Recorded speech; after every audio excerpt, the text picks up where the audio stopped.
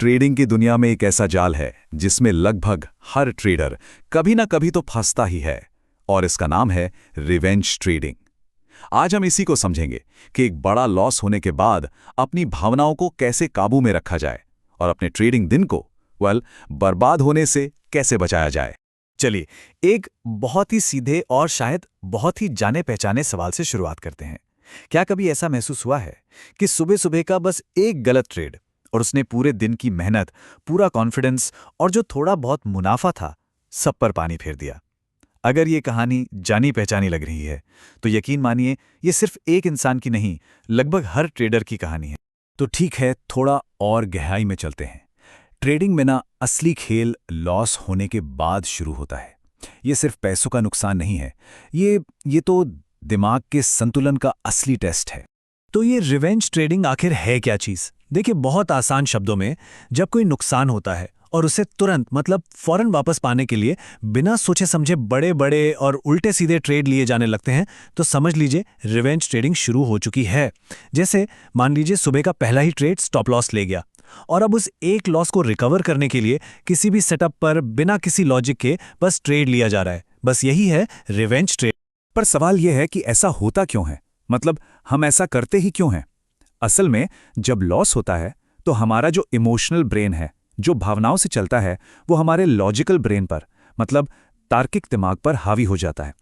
फिर डर, गुस्सा और वो जो ईगो होता है ना कि मैं गलत कैसे हो सकता हूं, ये सब मिलकर हमसे वो फैसले करवाते हैं जो हम होश में रहते हुए कभी ना करें। हमारे दिमाग के अंदर ना ठीक इसी तरह की एक जंग चल रही होती है। एक तरफ है हमारा इमोशनल ब्रेन, जो चीख चीख कर कहता है, नहीं, मुझे मेरा पैसा अभी इसी वक्त वापस चाहिए। और दूसरी तरफ है हमारा लॉजिकल ब्रेन, जो बड़ी शांति से याद दिलाता है, शांत हो जाओ, लॉस तो इस खेल का हिस्सा है, अपने प्लान पर टिके रहो। जब रिवेंज ट्रेडिंग होती है तो दुख की बात यह है कि इमोशनल ब्रेन ये लड़ाई जीत जाता है। तो फिर सवाल यह है कि इसे पहचाने कैसे पता चले कि हम इस जाल में फंसते जा रहे हैं। देखिए, इसके 5 एकदम साफ संकेत हैं और इन्हें पहचानना अपने कैपिटल को बचाने के लिए सबसे जरूरी पहला कदम है। ये 5 कदम हैं जो सीधे सीधे बर्बादी की तरफ ले जाते हैं। पहला, ओवर ट्रेडिंग, जहां दिन में 2-3 ट्रेड करने थे वहां 10-15 ट्रेड होने लगते हैं। दूसरा, बड़ी क्वांटिटी का इस्तेमाल, नुकसान की भरपाई के लिए अचानक से अपनी औकात से बड़ी क्वांटिटी उठा लेना। तीसरा, बिना सेटअप के ट्रेडिंग, कोई लॉजिक नहीं, कोई प्लान नहीं, बस कूद पड़ना। चौथा, स्टॉप लॉस को खिसकाना, इस झूठी उम्मीद में कि बाजार अभी पलटेगा। और पांचवां, जो शायद सबसे खतरनाक है, लॉस रिकवरी वाली मानसिकता, अब मकसद पैसा कमाना नहीं, सिर्फ और सिर्फ गंवाया हुआ पैसा वापस लाना रह गया है। और जब ये 5 कदम एक साथ मिल जाते हैं तो नतीजा कुछ ऐसा दिखता है। रिवेंज ट्रेडिंग में इतनी ताकत है कि वो एक ही दिन में, कुछ ही घंटों में आपके कैपिटल का एक बहुत बड़ा हिस्सा साफ कर सकती है। ये सिर्फ एक नंबर नहीं है, ये एक चेतावनी है, एक हकीकत है कि जब भावनाएं ड्राइविंग सीट पर बैठती हैं तो क्या होता है। और सच कहूं तो असली दिक्कत पैसों का जाना है ही नहीं, नुकसान तो उससे कहीं ज्यादा गहरा होता है। रिवेंज ट्रेडिंग आत्मविश्वास को, सेल्फ कॉन्फिडेंस को चकनाचूर कर देती है।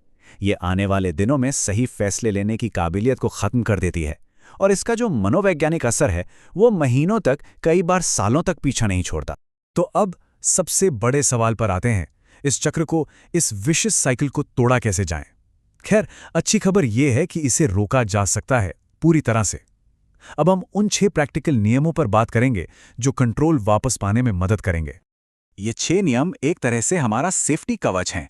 पहला और सबसे जरूरी, डेली लॉस लिमिट।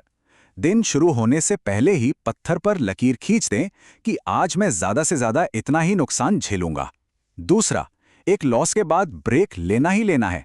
पहला स्टॉप लॉस हिट हुआ, बस उठ जाइए, स्क्रीन से वॉक पर निकल जाइए।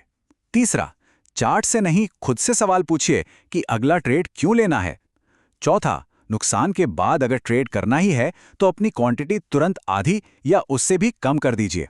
पांचवा, एक ट्रेडिंग जर्नल मेंटेन कीजिए जिसमें सिर्फ ट्रेड नहीं बल्कि उस वक्त की भावनाएं भी लिखी हों। और छठा, मार्केट बंद होने के बाद सेल्फ रिव्यू, अपने दिन का, अपने फैसलों का पोस्टमार्टम कीजिए। और ये वो एक सवाल है जो सब कुछ बदल सकता है। जब आप उस ब्रेक पे हों तो शांति से बस खुद से ये पूछना है, ये जो मैं अगला ट्रेड लेने जा रहा हूं, ये मेरे प्लान का हिस्सा है या सिर्फ मेरे गुस्से और फ्रस्ट्रेशन का नतीजा है? ये एक सवाल आपको एक बहुत बड़े नुकसान से बचा सकता है। चलिए अब सिर्फ बुरी आदतों को रोकने से एक कदम और आगे बढ़ते हैं और ये समझने की कोशिश करते हैं कि एक प्रोफेशनल ट्रेडर आखिर सोचता कैसे है, क्योंकि असली गेम तो माइंडसेट का ही है। ये टेबल देखिए, एक नौसिखिए और एक प्रोफेशनल की सोच का फर्क बिल्कुल साफ है। एक नया ट्रेडर लॉस को अपनी पर्सनल फेलियर मानता है, अपनी बेइज्जती समझता है। वहीं एक प्रोफेशनल उसे बिजनेस का खर्चा मानता है, जैसे दुकान का किराया। नौसिखिए का पहला लक्ष्य होता है लॉस रिकवर करना। प्रोफेशनल का लक्ष्य होता है अपने प्रोसेस को फॉलो करना, चाहे नतीजा कुछ भी हो। प्रोफेशनल जानता है कि यह संभावनाओं का खेल है, यहां कुछ भी निश्चित नहीं।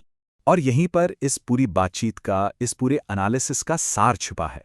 हमें नुकसान का सम्मान करना सीखना होगा। इसका मतलब है कि जब स्टॉप लॉस हिट हो तो उसे शांति से स्वीकार करना होगा। मार्केट से लड़ना नहीं है। ये मानना कि हाँ मैं इस बार गलत था, ये शायद हमारे ईगो को थोड़ी चोट पहुंचाए, लेकिन ये हमारे कैपिटल को जरूर बचाएगा। तो चलिए आज से एक नया नजरिया अपनाते हैं। अगली बार जब कोई ट्रेड गलत जाए तो निराश होने की जगह खुद से ये सवाल पूछें, ये नुकसान मुझे क्या सिखा रहा है? क्या मेरे सेटअप में कोई कमी थी? क्या मैंने अनुशासन तोड़ा या मेरी अपनी भावनाओं पर मेरा काबू नहीं था? याद रखिए, हर नुकसान सीखने का एक मौका है।